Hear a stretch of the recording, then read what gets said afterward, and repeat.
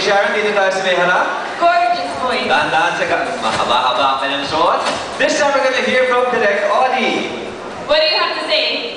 Ilawan naman natin ang mga judge natin. Sharon, saan ka nagtatrabaho ang Philex Mining? Opo. Anong trabaho mo doon?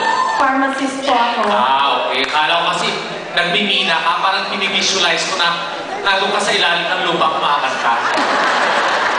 Pero maganda yung pwede sa boses mo, ha? Thank you siya. po. May mga konting sablay lang sa gitna, pero okay din yun. This is usually a belting song, pero you didn't really belt it. So siguro that's your own style, which I appreciate. Kasi hindi naman ibig sabihin na kailangan i-belt mo lahat, di ba? Oo, at saka I like that little blocking that she had, Direct Joey, yung parang naglakad siya ng konti.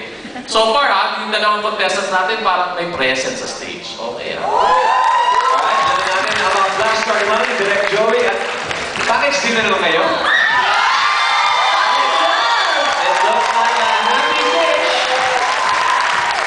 Alright, maraming salamat sa mga judges natin. Sharon, mukhang natuwa ang mga judges sa'yo. Thank you so much. Thank you. Alright, let's move on to... You are third contestant. Watch this.